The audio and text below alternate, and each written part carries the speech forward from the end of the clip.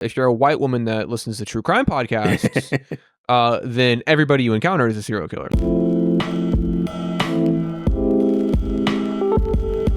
All right, so this one is from the Unethical Protips Reddit.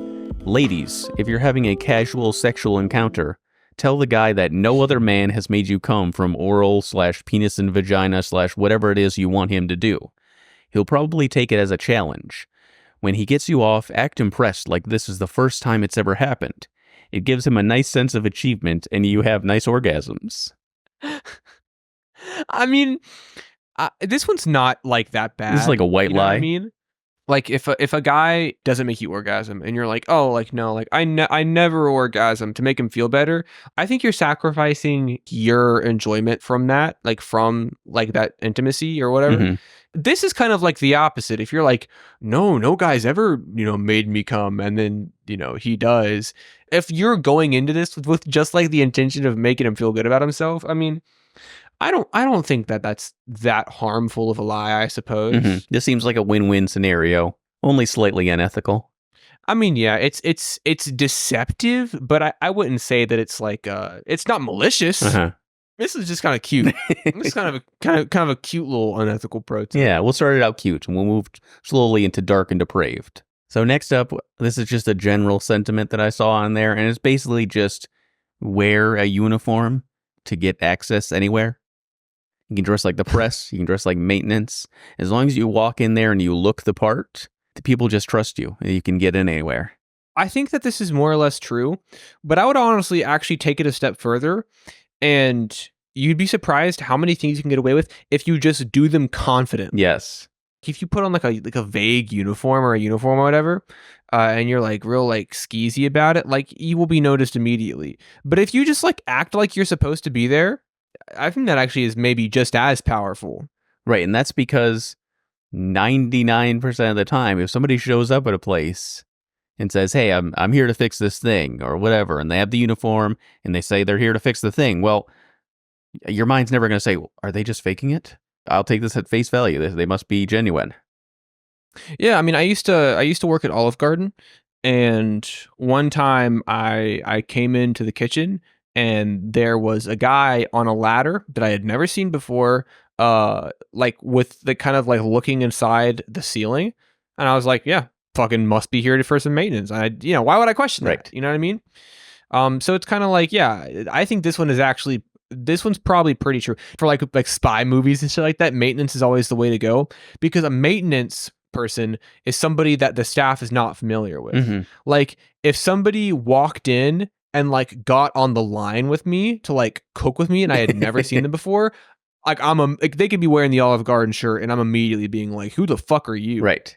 You're not supposed to. But the maintenance guy, he's like, he doesn't even work for us. Mm-hmm. You know what I mean? He's just here to fix one thing and, go to like Cracker Barrel or something and fix their shit. Yeah, I think the maintenance guys, that could probably work in a lot of cases. Yeah, I could probably put on a uniform or something, confidently go over to my next door neighbor in the apartment and say like, here, I'm here, I'm checking every unit for such and such, and I could just get in. They'd let me into their apartment, like, no doubt. Because like, why would I be lying? Well, it's not even why would this person be lying. They don't even consider that to be an option in the first place. It's way more likely that if something like that happens, then that's what's happening. Yeah. Now, if you're a white woman that listens to true crime podcasts, then everybody you encounter is a serial killer. Mm. But if you're not a part of that demographic, there's a good chance you won't question it. If somebody was like, hey, I need to get into your apartment to check for this thing, I would maybe like at most like text my landlord about it and be like, hey, what's going on with this? But I mean, I don't think that I would immediately be reactive to a point where I'd be like, you're fucking lying. You're trying to intrude. Yeah. I mean, maybe that's not the best example because they usually give notice for that kind of thing. But let's say you pretend to be a member of the press and you get into a concert. Honestly, I would say that a decent amount of people would be fooled by the even if it wasn't like the property manager or landlord or whatever didn't let them know ahead of time. Like I would probably say a lot of people would fall for that. Yeah, that's true. So people just generally trust people, especially when they look the part. All right, next up, we had another general sentiment, and it basically boils down to lie about food or delivery items. What just in general? What do you basically mean? They'd be like, well, did you know you can tell people that your order was wrong, or it's, if you want to get a free meal, don't tell them that a certain thing is missing, tell them you got the wrong order, because then they'll replace your entire meal instead of just the missing item. Oh, yeah, this is a Or shitty like thing to buy do. Don't do something, then say this. you didn't get it, and they'll send you the thing, and then you have two. Yeah, this just fucks over service workers. Don't do this. Or it's like buy I something at the store that you already own, and then return the broken one and keep the functional one that you just bought. like a lot of people. What they do is they order like DoorDash or Grubhub.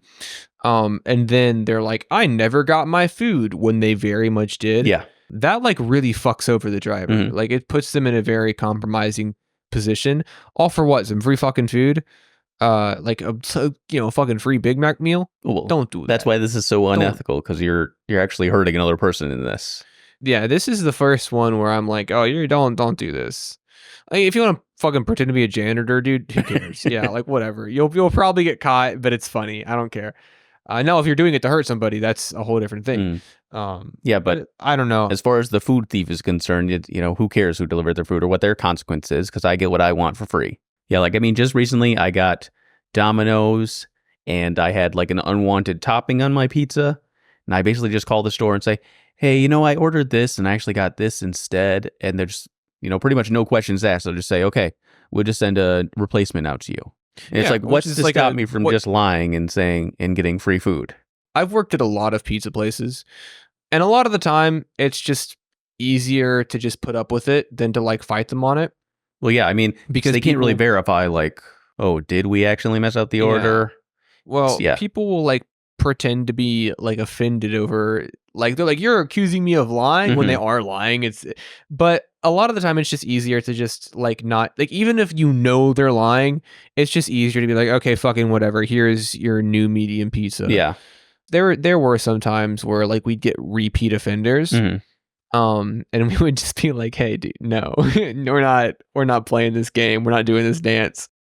But generally, it's better to just give out a couple dollars in free food than to lose a customer potentially. Pretty much, yeah. Or even just like deal with it. Like it's not even a matter of losing a customer. It's just a matter of like going through the hassle of having somebody who is like willing to be combative with you. Yeah.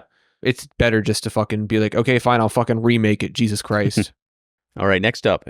If you're ever out and about and forgot your sunglasses or umbrella or gloves or something, go to any grocery store customer service counter and say, did anyone turn in some blank? They'll proceed to dump a literal pile of sunglasses in front of you. Look decisive as to not draw attention. You're missing a commonly misplaced item. You go to the counter, you ask for it, and yeah, they've got dozens on the hand probably. I mean, would they? Would the closest grocery store to me is Aldi or Kroger.